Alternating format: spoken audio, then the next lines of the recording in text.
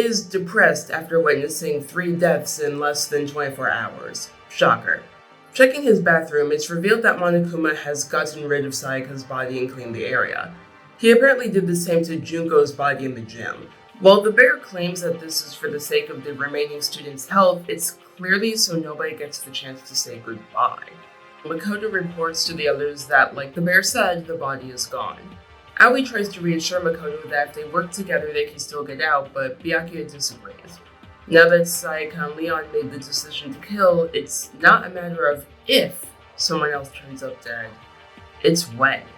The best option is to wait for an opportunity to betray everyone and win. Chihiro doesn't take that idea very well, saying she doesn't want to kill anyone again. When asked to elaborate, she says that since they voted for Leon, they're just as guilty for his death as Monokuma. The others mentioned that they didn't have much of a choice. It was either choose correctly or die. Monokuma comes on to do the nighttime announcement, though this one has some added advice. Now pay attention and remember this well. The burden of judging others is a heavy one to bear, so be well aware of your actions. Side note, he's been making these bear puns the entire time. I am just saving all of you from hearing them. The next day starts with Monokuma calling everyone to the gym for yoga? Kiyotaka is the only one willing to participate. Eventually, the bear gets to the real reason he called everyone here, to announce that there's a brand new world to explore as a reward for surviving the trial. He's not letting them out, but the students decide to uncover this new world anyway. Apparently, the bars blocking entrance to the second floor of the school, not the dorms, have been moved. The first thing I checked was the library. It has the classic things you'd expect from an upscale school, including an archive room filled with old documents, though we don't really go in to explore it. The library is extremely dusty, which, considering this is a school for the elite, is pretty strange. You'd expect them to keep it cleaner. There's also a laptop, but it doesn't seem to be working. Toko and Hifumi, despite both being writers, aren't too thrilled about the library's existence, though for different reasons. Toko is suggested to be disappointed that there just isn't a way out of here, while Hifumi hates the lack of manga in the YA section. This causes a fight where Toko says that all of Hifumi's work should be burned, and Hifumi calls Toko's writing nothing worthwhile. Dang, this argument actually highlights their differing perspectives on literature and art in general, which is especially interesting considering Hope's Peak Academy clearly viewed both of them as valuable. They scouted both of them. It's going to be interesting to watch this dynamic play out throughout the rest of this game, or at the very least this chapter.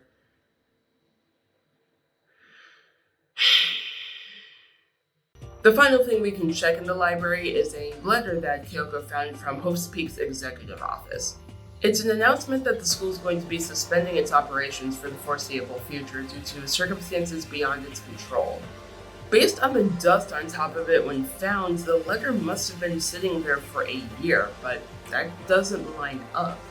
When arriving at the school a few days ago, there were no signs of it being closed, so how could it have been closed for a year? There's the possibility that the letter is fake, but come on. We're not able to figure it out now though, so let's keep exploring. Beyond a few classrooms on this floor, there's a pool, which, surprise surprise, the ultimate swimmer is excited about. There's also a lot of heavy exercise equipment in the locker rooms for some reason. I don't know if I just went to a weird gym, but I've never seen some equipment just in a locker room. I don't know, maybe I'm the crazy one. Celeste is happy to have more room to stretch her legs and says that if they get more access to the school after class trials, maybe the occasional one won't be so bad. Holy shit, girl. Chihiro's not as happy about it, and not just because of what Celeste just said. She hasn't checked out the pool yet due to an apprehension towards swimsuits, though she does seem interested in the exercise equipment.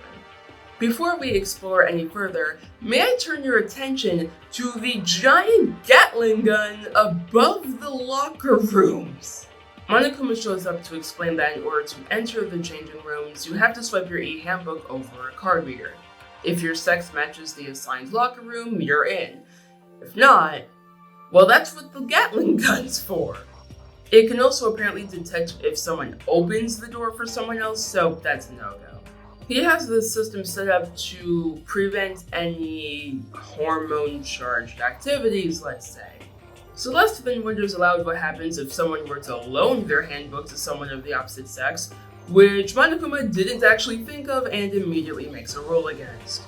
We time skip to everyone discussing their findings in the dining hall. Apparently, the previously closed-off warehouse and bathhouse on the first floor also opened up. Kiyotaka is excited to share his discoveries, but Mondo reminds everyone that they found all that, but still no way out of here. They found more room to move, but they're still trapped in the school with more questions than ever before. The next morning, everyone meets up for breakfast except for Taka and Byakuya. This isn't too unusual. Byakuya is consistently one of the last to show, and Taka trying to wake him up seems on brand. So while they wait, Celeste asks Sifumi to make her some tea. Not all of them, just her.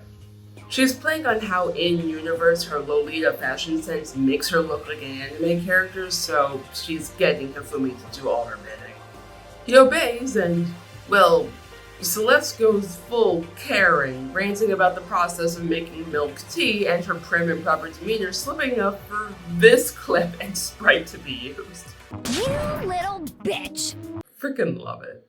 Taka comes back and reveals that if Byakuya's in his room, he's not responding. Everyone panics and splits up to find him. But it's too early in the chapter for a death, so Makoto finds him in the library reading. Trying to break the tension, Aoi asks Byakuya what he's reading, to which he responds a mystery novel, reassuring them that if he commits a murder, he's not gonna copy some dumb book, he's gonna come up with something original. If it wasn't clear that Byakuya is enjoying the idea of being in a death game, he makes it clear here. It's rare you get to participate in something like this, so he's gonna play the game to win. Mondo argues this isn't a game, to which Celeste argues it technically is one. It's a zero-sum game, a situation where in order for someone to win something, someone else needs to lose something, like poker or job positions. Chihiro is once again the one to try to talk Byakuya down, saying that planning to kill your friends is horrific, but Byakuya asks who decided they were all friends. Chihiro tries to argue, but her timid nature makes it hard for her. Byakuya finally reveals the real reason he skipped breakfast. He didn't want to risk feigning cooperation while someone could poison their food, and leaves. Making matters worse, Toko's paranoid nature flares up again, agreeing that someone could betray them at any moment, and has already convinced herself that all of them would try to target her out of spite, saying that even if they don't consciously wish her dead, their subconscious will win out in the end. The next day, no one's feeling comfortable at breakfast. Byakuya and Toko aren't there, and the ultimate progeny's words have everyone rattled, and Mondo was worried enough that he suggests finding some rope and tying him up. No one takes him up on this offer, but I do know one class that would appreciate your vision, Mondo.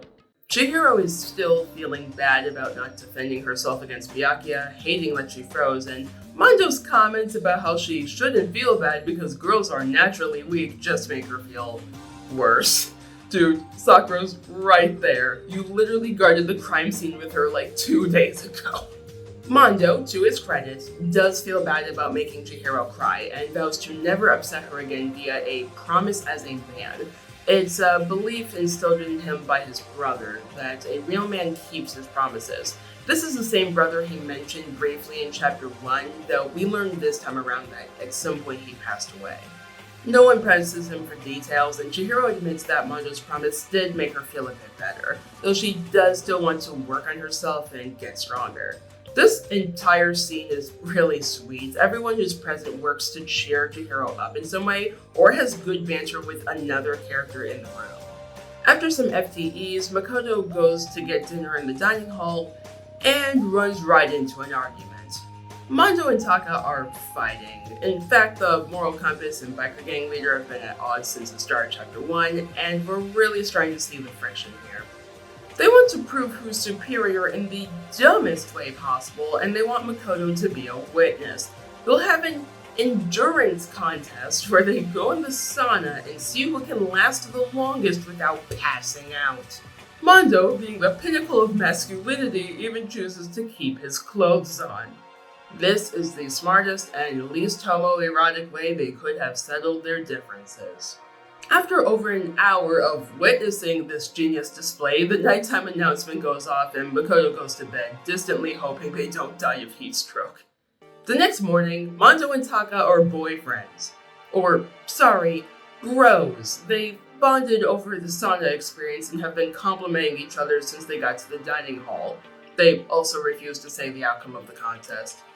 After that experience, Makoto goes back to his room and, oh hey Toko. Wait, Toko? Yeah, Toko wants Makoto to go to the library with her and makes him swear to keep it a secret. Personally, after her display the other day, I wouldn't go anywhere with her, but Makoto's more trusting than I am. So he follows her and they find Byakuya right where he was before. Toko tells Makoto to go talk to him and he obliges, though Byakuya already knows both of them are there. He tells them to leave and Toko's intentions become disturbingly clear with how she blushes and says, "Whatever the hell this is." Byakuya's disgusted because no, he did not say that, and he's disturbed that he's become the subject of her delusions. He even tells her to take a bath, a thing that, side note, we learned during the last class trial she hasn't done yet. Toko takes it to mean he cares about her hygiene as opposed to the more likely fact that she stinks. Girl, I'd say that your taste is screwy for someone who writes romance novels, but I was raised during the Twilight and 50 Shades crazes, so this is actually disturbingly accurate to real life. After hanging out with Makoto's saner classmates, Monokuma gets sick of waiting for the next murder and calls everyone to hand out another motive. Though before he shows up, Hiro brings up a noise he heard the other night. Last night in the main hall, right in front of the sealed-off entrance, he heard a sound that he can only compare to construction. At this point, Monokuma appears and says that the sound wasn't construction, but it could be an explosion or a machine gun. What the hell does that mean? Oh hey, the motive! The bastard bear's got his hands on the class's deepest secrets, and if someone isn't dead within 24 hours, all of those secrets will be revealed. Each student gets a peek at theirs, and Makoto's is, well, embarrassing, but he says that no one would kill over a secret like this, and Aoi and Taka agree. Taka says they should just share their secrets now so that there's no leverage, but quite a few classmates shut that idea down, refusing to say theirs, leaving the idea to be abandoned. Everyone goes to bed, with Makoto doubting that anyone would kill over having a secret revealed, but as you might have guessed, it's never that easy. Monokuma Theater! Monokuma talks about the difference between passive and active, with him using the example of "oops, I killed him" and "that's right, I killed him." Anyone can kill someone in the heat of the moment, he says, but surprisingly few can do it with calculated intent. He laments that few people seem to know the difference. Makoto wakes up to Monokuma standing on his chest. At least that's how I've always pictured this scene. Monokuma's waking up everyone personally today, initially claiming to be mixing things up, but he reveals that something happened and he wants people to figure it out as soon as possible.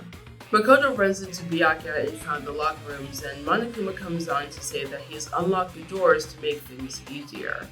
Byakuya suggests hanging into the girls' locker room first.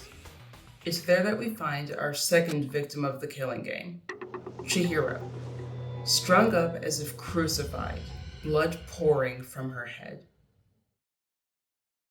This daily life is amazing. I love a lot about it. Well, in my version of this game, there are things I'd change. I can't say most of them right now. What I'd change would be set up for payoff in later chapters or after Deadly Life. So I think it would be best if I explained what I changed there so my train of thought can be followed. For now, the only thing I'll focus on is some of Toko and Hifumi's character writing. Like I oh so subtly alluded to before, I think it's a waste that we have two talented writers with obvious flaws, and they basically never interact. Toko especially suffers from this, since she hides in her room a lot in these first two chapters. Her character interactions are few and far between up to this point. Now, for an already paranoid teenage girl stuck in a death game, this is completely understandable. But from a writing perspective, it just serves to make her less interesting. Now, some people will argue that her being boring here is justified, at which point I'd argue, not really. I'm going to be very vague when I say the sentence, if you know, you know, if you don't, you don't. I want to make Toko more interesting. I want Toko and Hifumi to be pettier to each other at breakfast. Instead of Toko skipping breakfast altogether after her awkward library argument, make a point of saying that she's seated at a different table than the others and refusing to eat altogether.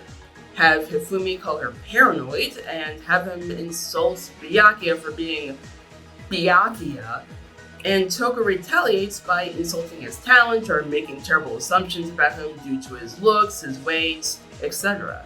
But Hifumi doesn't have to take it lying down. After all, he's a doujin author. He has tropes on the brain. He can call out her obvious simping of Byakuya and say that they're tropes, that their attributes don't match up, so they would never work out. He can say that she's plain and boring and would be nothing more than a background character or a silhouette in a popular YA novel. Like, they can go at each other. This also could have started back in chapter 1. There's quite some time that passes before Sayaka's death. Just saying it now if it hasn't become obvious already, I view Hifumi and Toko to be two of the most underutilized characters in the game, so I want them to have more memorable moments than they canonically do. And one of the best ways of getting to a character's core is seeing what pisses them off. Would this add time? Absolutely, but Danganronpa is a visual novel, so it wouldn't really feel like a waste for the audience unless you're just there for the murder mystery aspect. Speaking of which, Makoto's screams catch Taka's attention, who also screams upon seeing Chihiro's body, triggering something that both Makoto and Lee didn't know about, the body discovery announcement. Remember how Makoto passed out after seeing Sayaka's body? Well, apparently he missed some crucial information while out. When 3 or more people find a body, Monokuma announces it so everyone knows it's investigation time.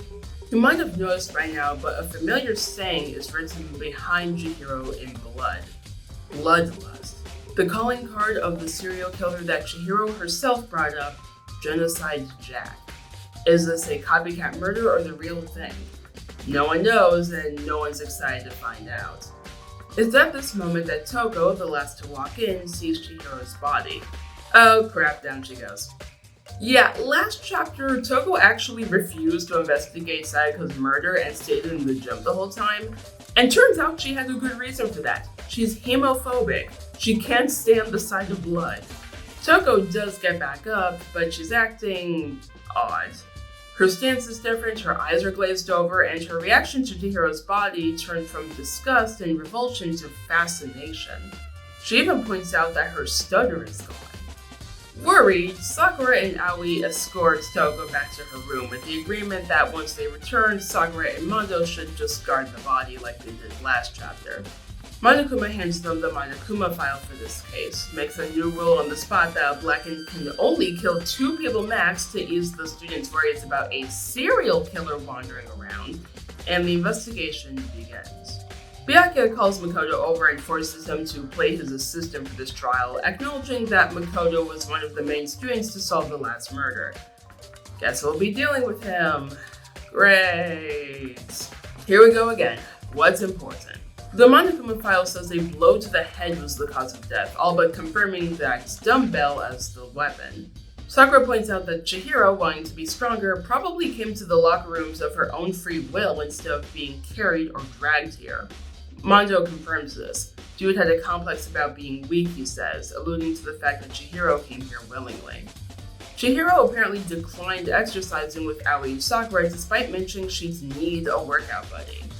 Byakuya points out a loophole in the rules regarding lending your handbook to someone else. You can't lend it, but it says nothing about borrowing one. Makoto's confused by this, so Byakuya leads him to the main hall where they find the dead students' handbooks. A dead student can't exactly lend out their handbook, can they? So while Junko and Sayaka's work just fine, the third one, presumably Leon's, won't turn on. Makoto blames this on it probably being on him during his execution, but Monokuma comes out to confirm that their e-handbooks can withstand that amount of force. They're not indestructible, minus one weak point that Monokuma just stops himself from saying. Byakuya says the investigation can properly begin now. Dude, the banner went by already, you're not special. And clarifies he's not looking for the culprit. He says he's convinced that Genocide Jack is the culprit and he just wants to uncover their identity later during the trial. Before we can unpack whatever the hell that's about, Aoi rushes in and says she needs help with Toko, who has locked herself in her room and has been saying weird things. Makoto gets her to briefly open the door and she says that she won't let Genocide Jack take control before shutting the door again. Makoto convinces Byakuya to talk to her. She apologizes for not keeping some promise to him and says Genocide Jack won't have control ever again. Gee, I wonder where this is going. Makoto hasn't figured it out yet though and just follows Byakuya, who leads him to the library. Specifically, he leads him to the archive and reveals he's been reading the files in it during his free time. Apparently, Hope's Peak has access to a lot of classified information that Byakuya can only confirm is true because his own super wealthy family has access to the same information, and this information is just in a school, in a room that students can easily access.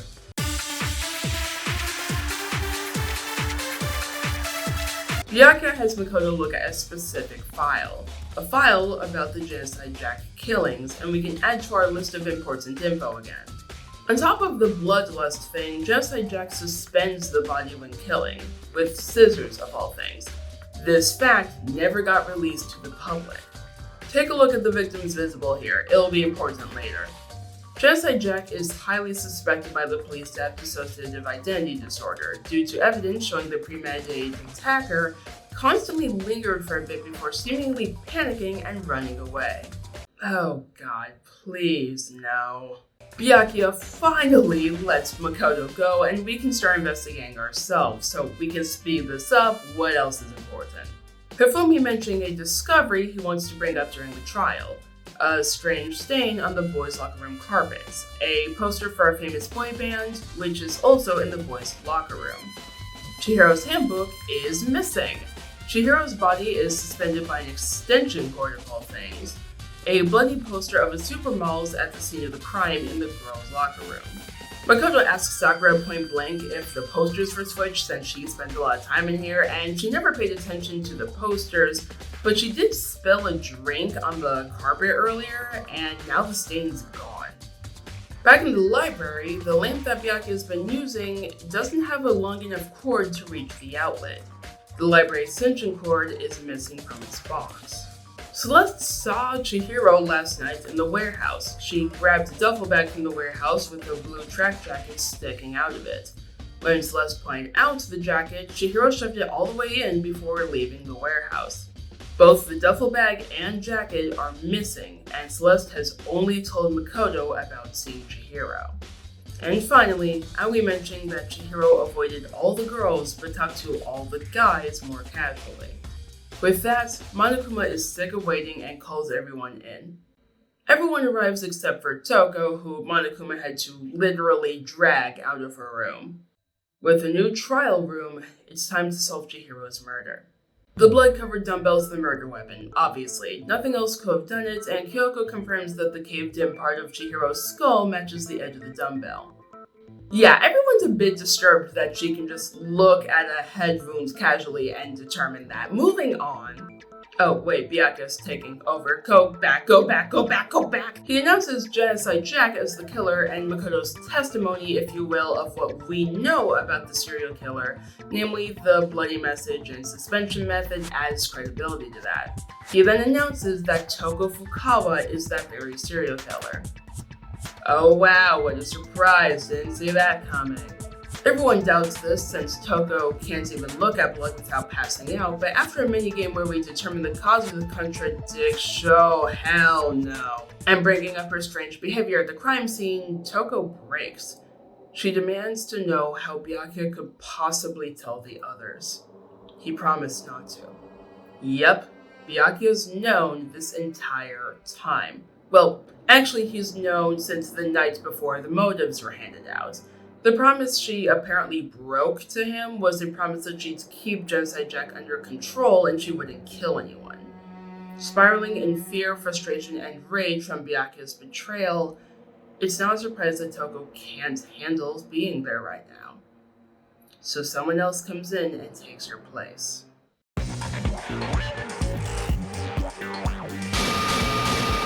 Well, hello there! Is it me you were hoping to see?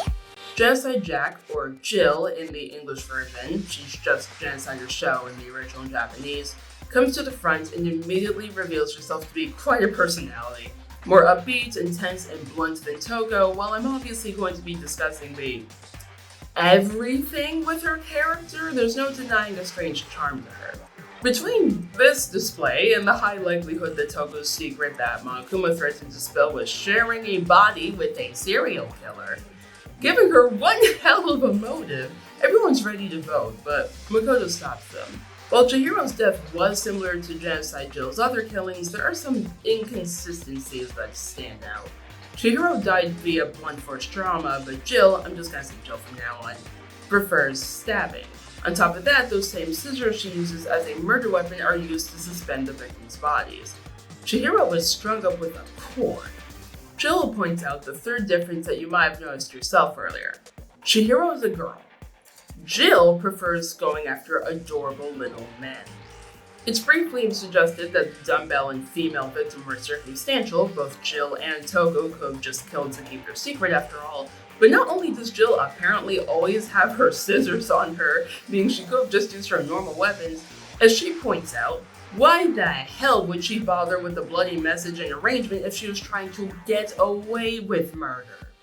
Everyone feels they're back at square one, but Makoto realizes that if this was a copycat, the body could have only been arranged by someone who knew the gory details of the Genocide Jack killings ahead of time, including the details not shared with the public. And ignoring for the moment the fact that the archive could have been accessed by anyone, only one person fits that bill. Anything to say, Byakuya? He requests evidence and Makoto brings up how they found Chihiro's body. He made a beeline for the girls' locker room despite supposedly not knowing who the victim was, much less their gender. There's also the extension cord. Remember how Byakuya was always in the library reading via lamp? The lamp that had a too short cord to reach the outlet? Not that many people would notice the extension cord missing if only one person consistently used it. Not until it was too late, and that same extension cord was used to string up a corpse. Byakuya should be sweating, but he isn't. If anything, he seems amused by all this. On top of that, something else is bothering Makoto. The crime scene. Makoto says it's possible Chihiro was killed somewhere else before moved to the girls' locker room, along with the rest of the murder scene. Byakuya, who's been coy up to this point, is actually shaken by this. If everything's been expected up till now, we've hit a blind spot. Here, we present the posters and the stained rug, suggesting parts of the boys' and girls' rooms have been swapped. This does suggest Chihiro was killed in the boys' locker room, but how's that possible? Remember the Gatling gun? How did Chihiro get in while alive? Hiro, of all people, brings up the Dead Students e-handbooks, having found them during the investigation. And while I am commending him for bringing them up, he is sadly mistaken. Leon, the only dead male student, had a broken handbook, remember? Taka suggests that Chihiro, as the ultimate programmer, hacked her handbook, but Monokuma confirms that she didn't. At that, many of the students assumed that Makoto was just wrong. Despite the lingering question of why the rugs and the posters were swapped, they're ready to just throw out the idea that Chihiro was killed in the boys' locker room, until Kyoko comes to the rescue. She requests a recess, saying there is one other way Chihiro could have gotten in. She promises Monokuma it'll make the trial more exciting, and he agrees to it. Kyoko takes the class back to the murder scene and says they should check the body one more time to check everything. Sakura steps up to it and, well... What is it? Not possible. It's not possible. This girl is what? a boy. Ah, I see. So she was actually a he. Interesting. Thank you for confirming this fact. What? You're joking, right? Yeah, we'll be talking about this later. Anyway, yeah, Chihiro's male. The others freak out, except for Monokuma, who's known this whole time. Considering how the others reacted though, he agrees that made the trial more exciting. Side note, for reasons I'll go into in a few, I'll be using he/him pronouns when referring to the canon Chihiro from this point on. Back in the trial room, this confirms Makoto's theory. Chihiro was killed in the boys' locker room because he would have had to have been in the boys' locker room to start, and for whatever reason, the killer moved his body. And since Byakuya was surprised with everyone else about Chihiro's sex, on top of his creepily cheerful attitude towards being accused, plus using things like the extension cord which would tie back to him, he is likely not the killer. He definitely rearranged the body, refusing to explain why for the moment, but he only came across the body after the fact. So, who actually did it? With all the evidence we've gone over, we can conclude the killer had to be male based on the fact that they killed Chihiro in the men's locker room, but what else do we have? What about testimony from the last person to see Chihiro alive?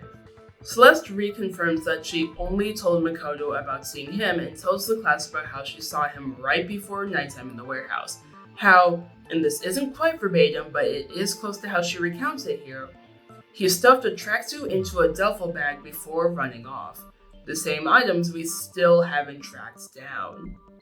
Considering he mentioned needing a partner for exercise before, we can agree that he was probably meeting with someone, and that same someone killed him. But is there anything else? Is there any more evidence that we can use to figure out the culprit?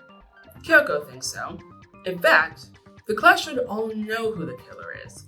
It comes down to the tracksuit and duffel bag. Sure, they don't have either, but they can make some inferences. Kiyotaka guesses the tracksuit's the key. Chihiro and the culprit probably grabbed matching colored tracksuits. Mondo, of course, agrees with this bro. The culprit must have had the same blue tracksuit as Chihiro. The boys, minus Byakuya, share the details of the ones they wear. With Hifumi admitting that he doesn't even have a tracksuit, and Hiro, wait. We know Chihiro had a blue tracksuit, but here, Celeste just mentioned a tracksuit.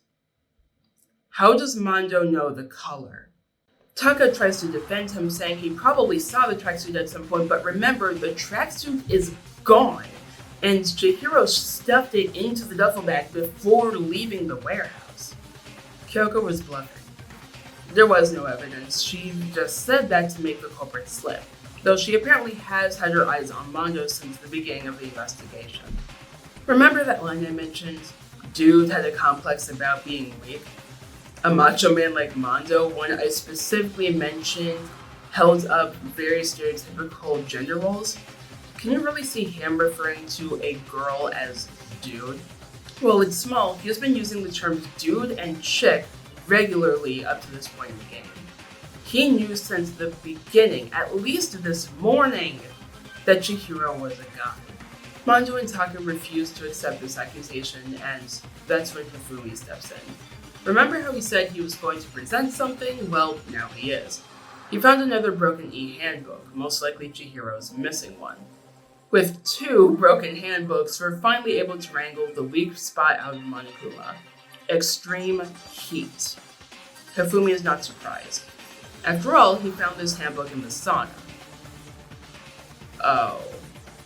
Turns out Leon's broken e-handbook is actually Mondo's, and after he realized he broke his during the endurance contest, he swapped it out with the baseball stars. He then broke Chihiro's in the same fashion after the murder, since it would list his actual gender. After Makoto goes back over the case, Mondo's too shocked to respond, but Taka loses it, trying to get Makoto to stop talking. He demands evidence, saying Makoto's wrong. He has to be wrong. Sorry, buddy. Makoto begins to say that they should all just check their e-handbooks right now to confirm it, but Mondo stops him. He knows it's over. It's only then that we learn that Monokuma's motive worked.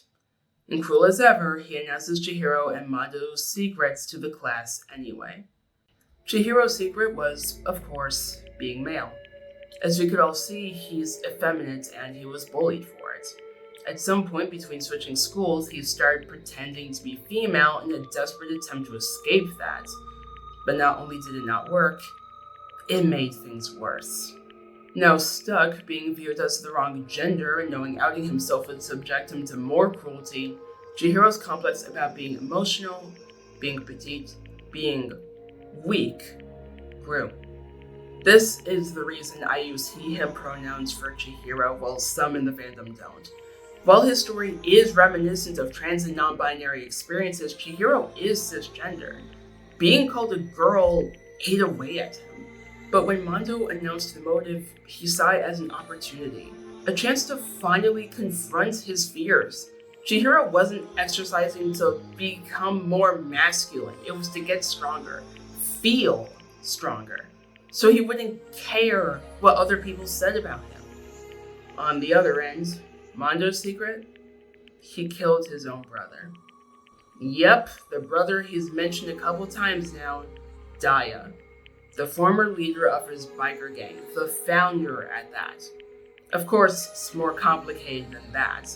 While Chihiro had a complex about being weak, Mondo had a complex about being strong, especially since the gang members doubted Mondo could lead the gang once Daya stepped down, saying that Mondo was only taking over due to nepotism, not his own skill. Sick of hearing these doubts day after day, Mondo challenged Daya to a race. He got reckless. He drove into oncoming traffic and Daya pushed him out of the way.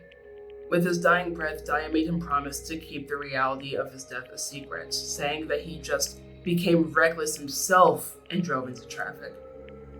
A promise between men to keep the gang together. But while Chihiro saw Monokuma's motive as a way to confront his fears about his own masculinity, it petrified Mondo. It was in that state that Chihiro went to him. Remembering what he said about making a promise as a man, trusting that his pride would keep him from revealing his secret, Mondo admits to being jealous of Chihiro. Chihiro saying he didn't want to be weak anymore, wanting to face his past, wanting to be strong like Mondo felt like ridicule. Like Chihiro saw Mondo for the weak man he feels he truly is. He doesn't even remember doing it.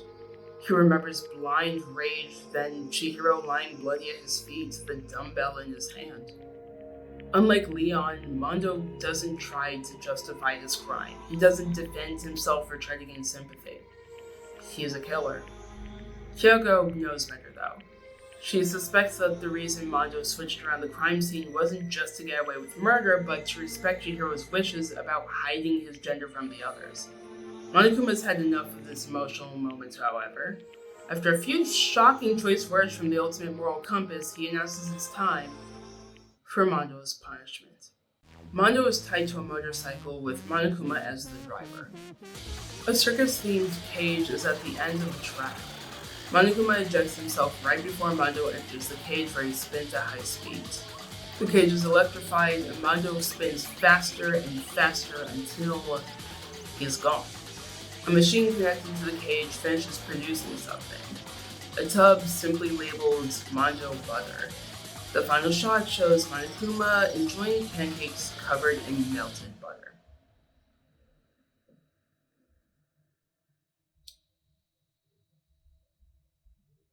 Kiyotaka is inconsolable, screaming in agony. Meanwhile, Byakuya is annoyed. Kyoko asks him, now that the trial's over, what his motive was for messing with Chihiro's corpse. Isn't it obvious? It made things more interesting.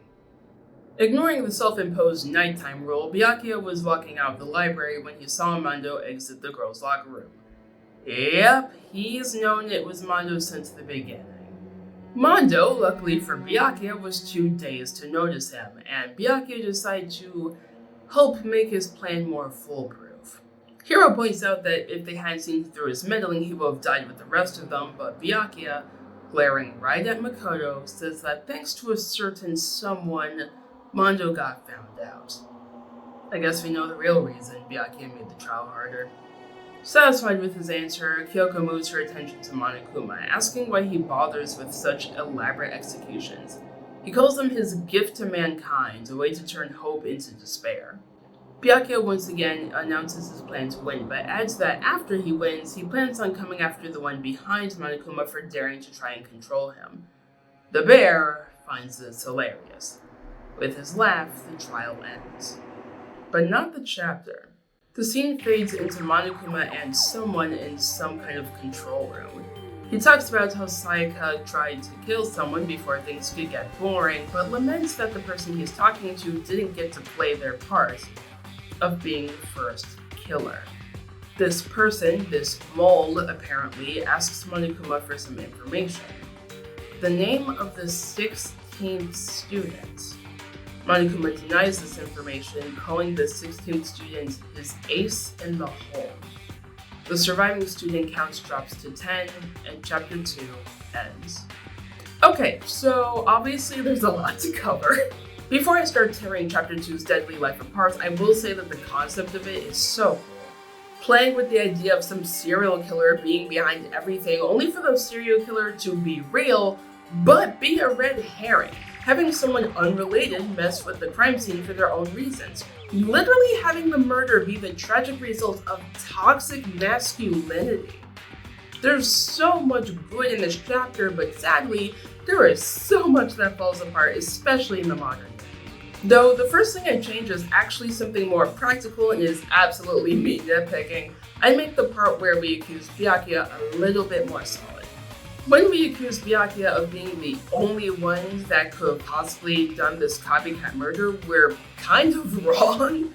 While the archive room is packed, it's not huge.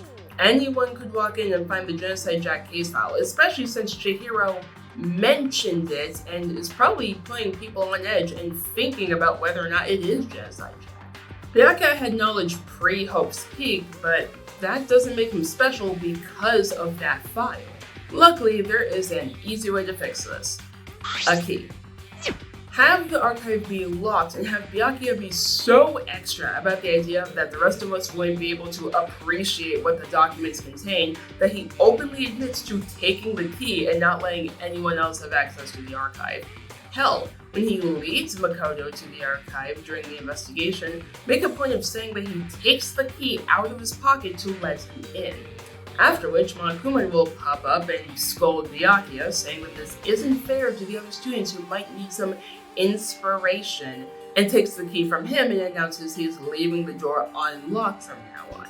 This isn't necessary. Again, I'm the only one to my knowledge who's been bothered by this for more than 1 second, but it's just something a little extra to make me feel better. Now, when we accuse him, it's because he is the only one with prior knowledge. Now onto the actual problematic shit, starting with Toko Fukawa and Genocide Jill.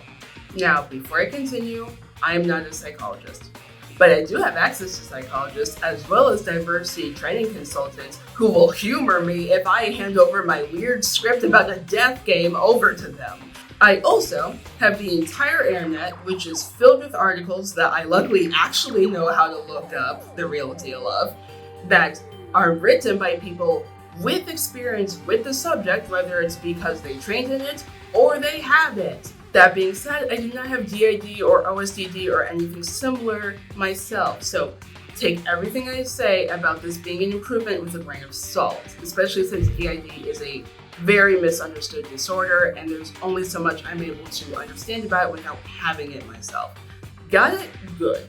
So I'm going to define 3 terms that often get used when referring to people with DID so that no one gets confused now or later in the video when I use them. On top of that, I'll be using the generally liked from what I've seen by the DID community character of Moon Knight as an example for each of these terms.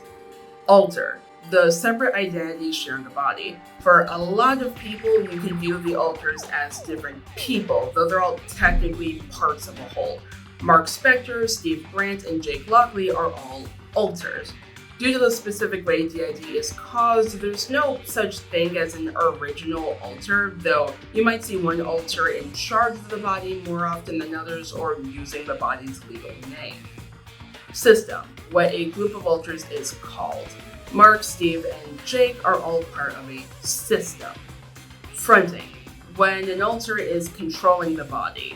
More than one alter can front at a time, called co-fronting, and sometimes it's more of a driver and passenger seat situation called co-consciousness. The weird thing about Toko and Jill is that they're supposed to be a parody. Having the evil mastermind be a split personality residing within an innocent character used to be way more common in media. Jill is supposed to mock the trope being just there. Spoiler alert, she doesn't kill anyone in the game, she's just kind of hanging out the entire time. But as I said, Jill's existence is a call-out of the trope, not the stigma. The stigma surrounding DID is a still way too common assumption that at least one alter must be evil or at least super antagonistic or violent, something media like the movie Split sadly enforces. While there is a small handful of times this hasn't happened, there aren't that many well-written, genuine systems in media. And in pop culture, you're basically not going to see any of them outside of later adaptations of Moon Knight. And until that stops happening, having a character like Jill specifically is not okay. No matter how much we think that media is able to stay within the realm of fiction, it will alter our perception of reality, whether you admit to it or not. I don't know about all of you, but when I was on the internet after Moon Knight, the TV show, came out, I saw a lot of people admitting that they thought that dangerous alters were a requirement for a diagnosis, or were the first step in proving that someone had DID.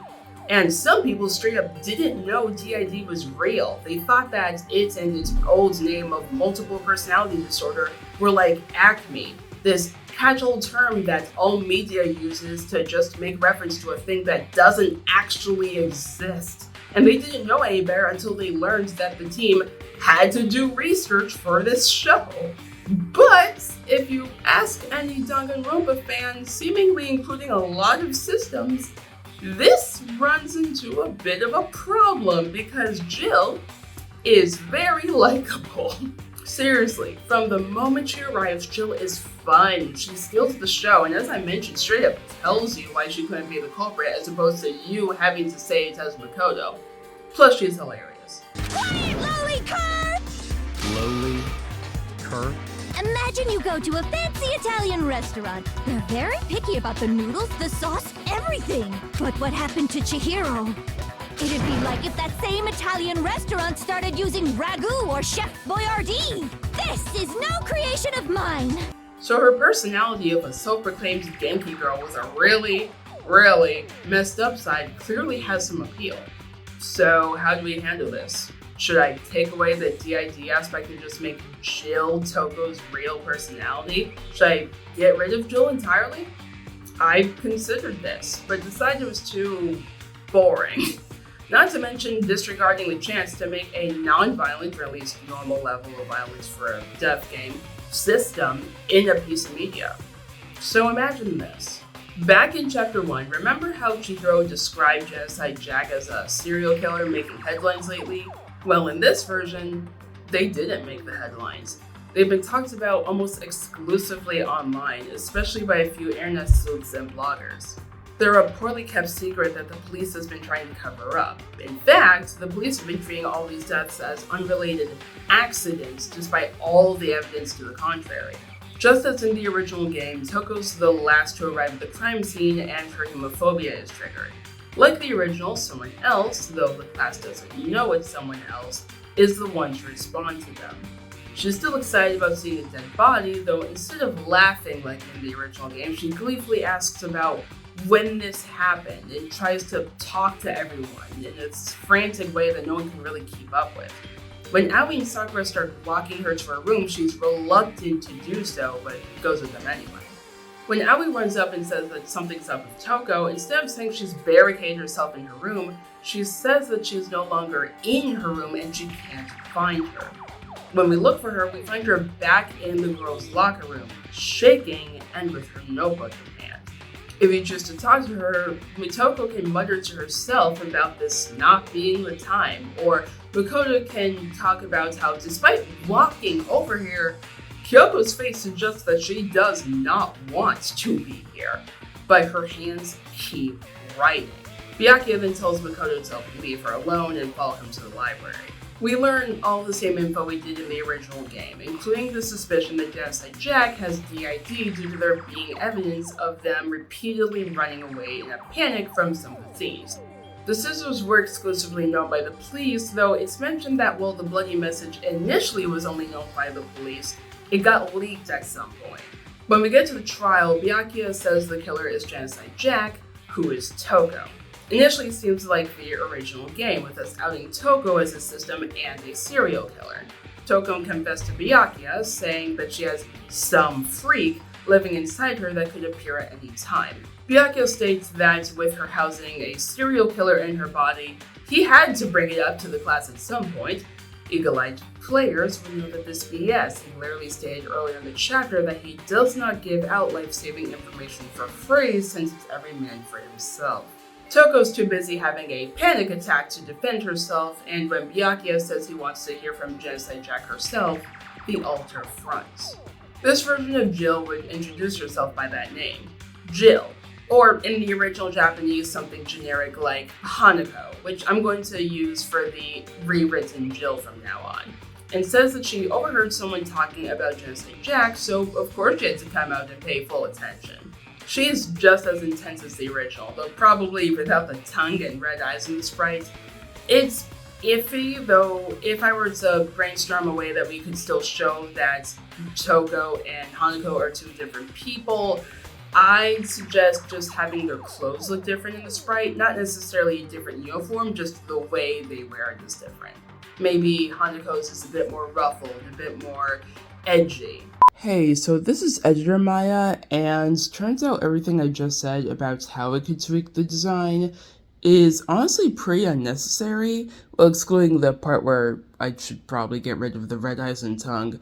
Cause it turns out Rui Komatsuzaki, the character designer for Danganronpa, is good at character designing. Who would have guessed? So I went and got the sprites for Sho/Jill to edit them, and honestly, before I even touched them, I was like, her bangs are different. So I go back and forth, and Toko and Jill noticeably have different bangs. It's very slight, and I just straight up didn't notice for 10 years because of the red eyes and tongue being so prominent, but it is there. And it honestly makes me understand a character decision later down the line. Not to mention because of how different, their personalities are. Toko and Jill's poses are so different. Their sprites and the way they pose are so different from each other. To the point when I went ahead and edited a couple Jill sprites, you can tell which one is Toko and which one is Jill. You don't even need the character boxes. And that's another thing. There's always dialogue boxes telling you exactly who's speaking. There could hypothetically be a scenario where one of them runs up and you don't immediately know which is which, so there's just a question mark in the box or something. But ultimately, you're always going to know which one is speaking. So, points for character designing? It's really good. I would still get rid of the eyes and tongue because in this version of the character I'm writing, they're not necessary, but again, just it's really good. It's a really nice attention to detail to even have the bangs just be different, even when all these other features are so prominent. As I said, originally it would seem that Hanako is Genocide Jack, but a line change would be telling. At one point, Jill says, "As much as I hate to admit it, I'm not the culprit." Instead, Hanako would say, "As much as I hate to admit it, there's no way this is a Genocide Jack killing." Makoto and Hanako team up to show the differences between murder methods, and then I have no idea what's going on anymore. Could such a heinous villain really be innocent? Hey, who are you calling a heinous villain? I had to work hard for that information, and you're making me the bad guy? It's revealed that Hanako isn't the ultimate murderous fiend. She's the ultimate blogger. Stay with me. Hanako seems almost offended having to explain her talents, but turns out she runs a blog where she posts about local happenings in the area, and became an ultimate by doing whatever she could to get information. In this case, including showing up to crime scenes on her own. She struggled getting any information out of the police or politicians regarding the killings, so after realizing that Genocide Jack only went after men, she went out on her own to secluded areas to try to figure stuff out herself, and came across some of the bodies before the police did. Hanako initially said a lot of stuff about the crime scenes, including the bloodlust message, hence how that got out, though eventually she realized that the police were trying to avoid copycat murders and avoided mentioning things like the body suspension or the scissors. Toko, unfortunately, accidentally managed to front at some of the crime scenes and understandably panicked, resulting in the idea that the serial killer had DID when it was actually just some nosy teenager. Hanako's blunt, she's invasive, and the things that she says and knows tend to give people pause, just like Jill, because she thrives on the back and forth of online forums and gives a platform to subject matter that, yeah, it's gonna make you say some weird stuff in conversation. Plus, pretending this game is coming out in 2010 Japan, yeah, she had to be blunt and confident to survive online, even if she was anonymous. What's even better about this, for me, not for them, is that we don't have to change a huge detail about their canon backstory. While we don't get much information about later installments, let's just say that their childhood was not good. Just like real DID, we have evidence that Jill has existed as early as elementary school. While the game does suggest that Toko came first, something that, as I mentioned earlier, does not exist with real DID systems, I don't need to do any extra work to explain how they're a system. Since I love doing more work for myself, let's talk about Toko and Hanako's FTEs. Long story short, Toko reveals that the reason she became a writer is because in elementary school, she gained her first crush on one of her friends and wrote him a love letter the day before he moved away. And then the boy hung the letter on the school's bulletin board and told Toko that the only reason he hung out with her was out of pity, and he actually resented her, the class weirdo, for making the rest of the class associate him with her. Kids are cruel, man. A teacher saw the note and commended Toko for her talents, encouraging her to keep writing. That, along with her just wanting to write escapism, is why Toko's focus is on romance, especially since her love life is a nightmare. Every boy she crushes on manages to be a terrible person, manipulating her, lying to her. It's a nightmare. And Jill, well, Jill's aren't the most insightful, though they are interesting. In order, they're about how she kills because it's an inherent drive of hers, how she views herself as the yin to Toko's yang, or alternatively is the result of all of Toko's repressed emotions, and how she also has a crush on Byakuya, but for once doesn't want to kill a man she's attracted to. Also, since she and Toko have a history of sharing crushes, all those terrible boys I mentioned for Toko, dead. They're all dead, including the elementary school kid. They're dead. Toko's FTEs will mostly stay the same, since while she's not a great person, she's harmless, and the entire thing makes her antagonistic personality make a lot of sense. Meanwhile, in Jill's, they need to be rebuilt from the ground up. I am not about to sit here and write dialogue for a whole bunch of new FTEs. I'm not that crazy. But it would be fun for her to talk about how, say, despite being borderline opposites in terms of personality, she and Toko are both into writing. While Toko loved her escapism, Hanako was intrigued by the chaos of the real world. Maybe it could be said that while Toko had a teacher encourage her, someone with street smarts might mind immediately goes to a food cart owner for some reason, to encourage a young Hanako to put her curiosity to good use. Maybe her first blog post was about that food cart. So she made a personal blog and it quickly took off, and at some point Hope's Peak learned her identity and scouted her. Hell, as a personal headcanon for what's essentially already a revisionist fanfic, maybe Hope's Peak individually wanted Toko Fukawa, the novelist, and also wanted this weird anonymous blogger who's really good at her job, and then at some point realized that those two people share a body and just scouted both of them individually and decided, you know, we're gonna cheat. You both get ultimates. Toko still doesn't take too kindly to when Hanako fronts. Earlier, I had Toko refer to Hanako as a freak, and between some intense self-loathing, it wouldn't surprise me if that loathing extends to her alter. On top of that, Hanako is so much more confident in comparison to Toko, and she also puts the body in some dangerous situations. I would not be a big fan of that person either.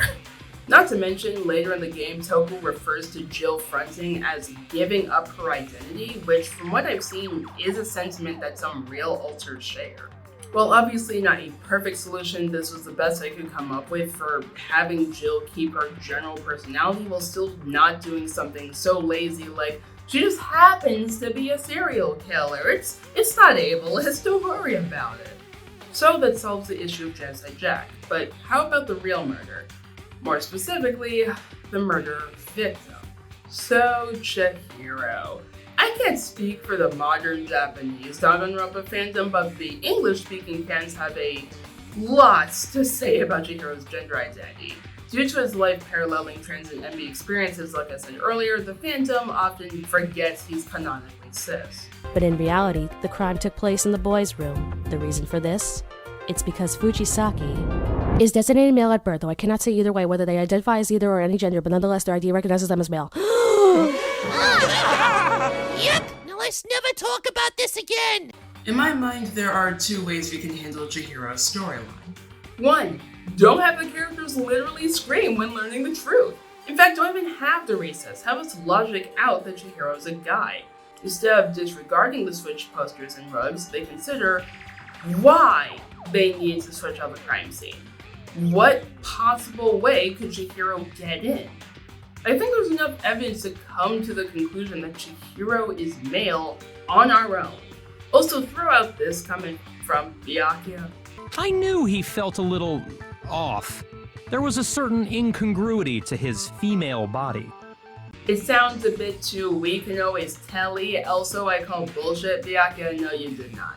So that's the first way to solve this, simple to the point, just don't be weird about it. But that's the easy way out. So I didn't just bring up the fandom's perception of Chihiro's gender as a fun fact.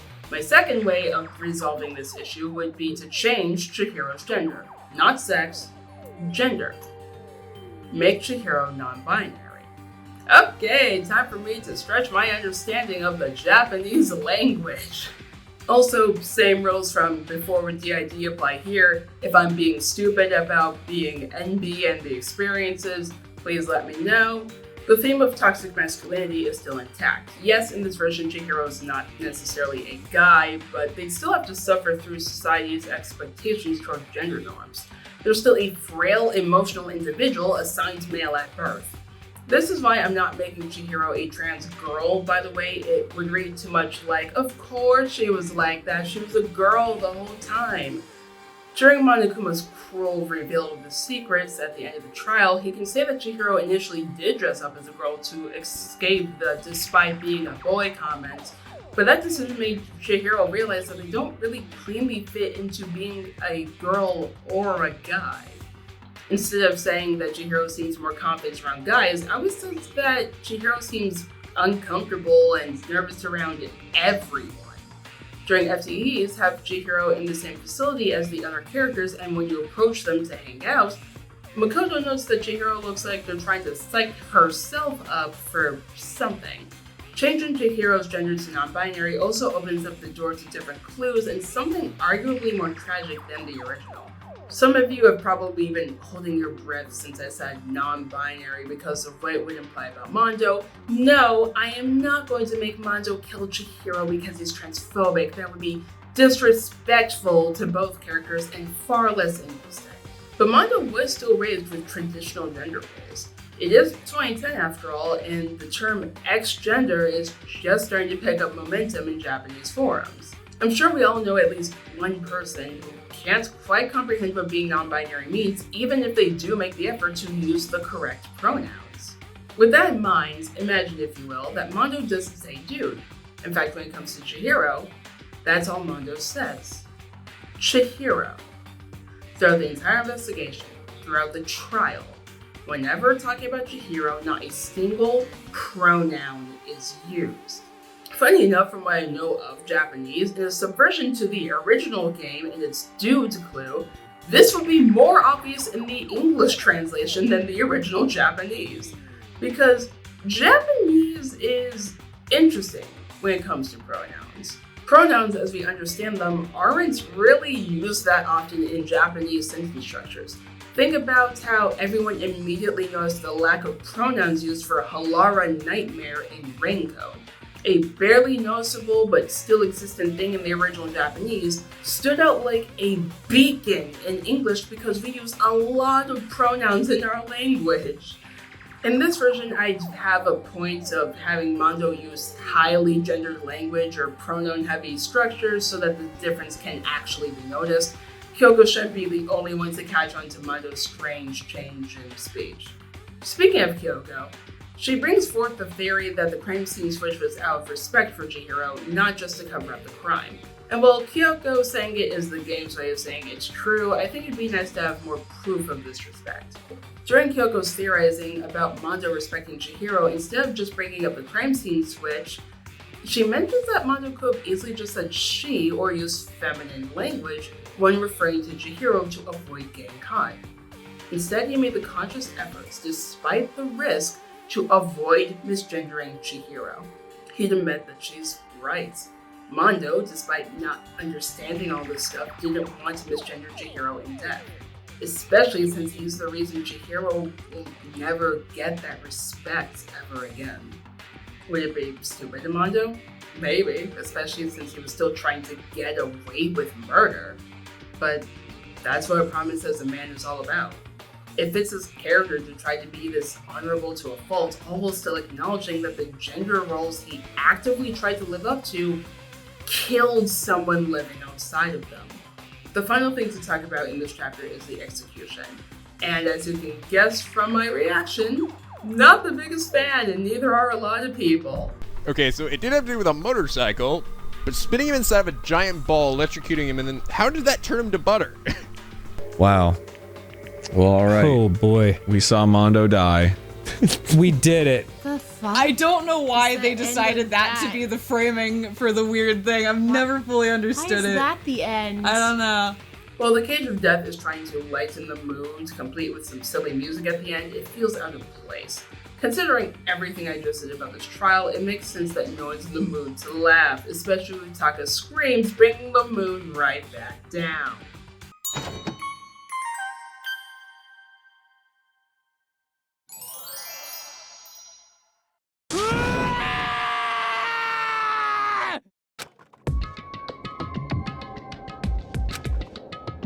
But there's another reason why this execution is not a fan favorite, and whether or not it's obvious to the audience, it's inescapable and we have to talk about it.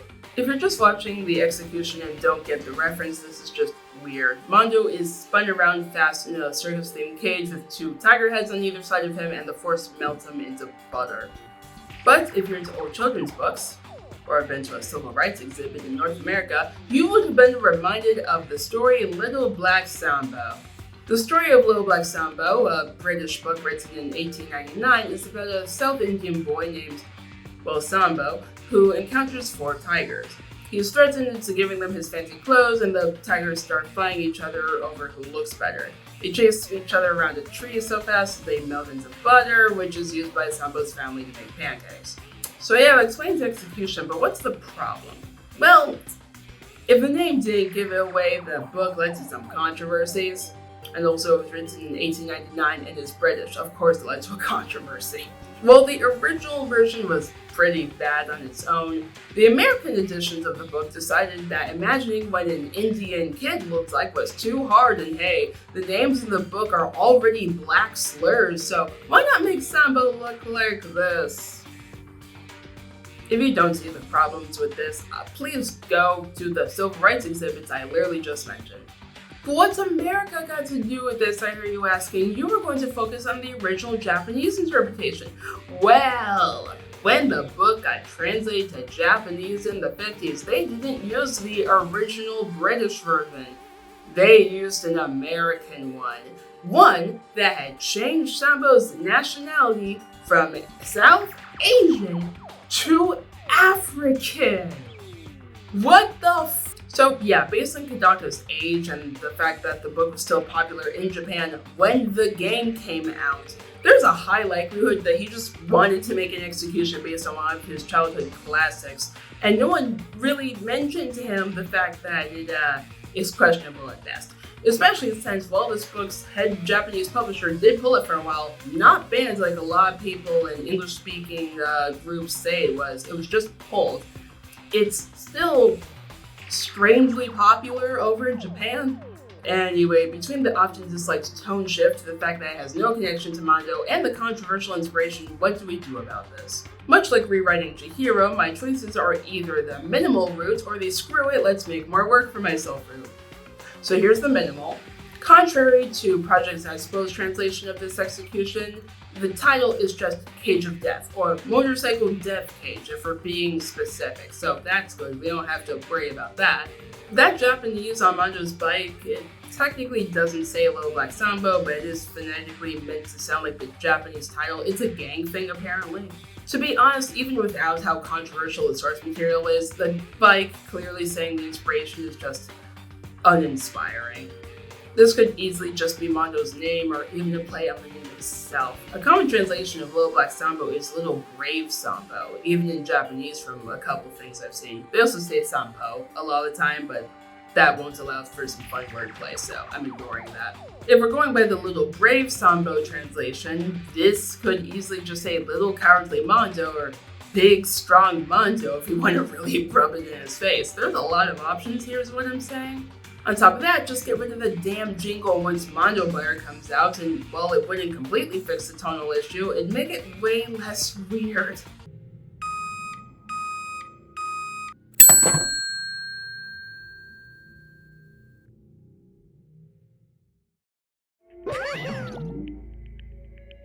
As for the more work option, make it more in line with Mondo's character. Sure, inspiration of an 1899 children's book and a circus is a choice, but that doesn't hit nearly as hard as Leon's. Leon was the ultimate baseball star, but remember, he hated his talent. His execution made it so he couldn't escape it even in death. Mondo's the ultimate biker gang leader, but outside of the bike, what's the connection? Well, let's give him one, shall we? Change the carnival-esque theme to a darker lit room made to look like a highway. Have Mondo tied up with Monokuma riding as he was before, but instead of the bear wearing Mondo's hairstyle, have him wear Daya's. Have the execution start off as the original, with Mondo tied up and going faster and faster in the cage. At some point, whatever's restraining him breaks and he tries to gain control of the bike. The cage slowly starts reopening, and we watch him struggle for a bit to gain control. Once the cage is fully open, he gains control of the bike and rides out onto the highway towards an exit sign. But at the last second, he sees a silhouette, specifically the head of his brother.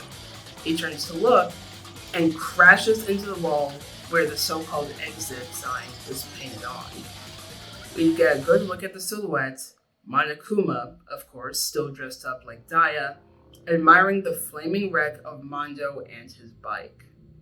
Is it the perfect execution? No, I'm sure there are ways to improve it, but for all the people I see making fun of Mondo Butter, I rarely see people come up with alternatives. So I did my best. I kept the cage partially so I wouldn't have to change the name, and partially so Mondo would have a reason to want to drive at all. Sure, he went to a dignified death, but this entire thing is about breaking his spirit. He wanted to be strong, at least in death, but he was weak enough to want to get out of there anyway. He couldn't go through with it. Plus, after being spun around like clothes in a dryer, I wouldn't want out too. The rest of this execution was more off the top of my head, though that last part was very loosely inspired by another execution later in the series. Funny enough, another one inspired by a popular story in Japan. So there's all my changes for Chapter 2.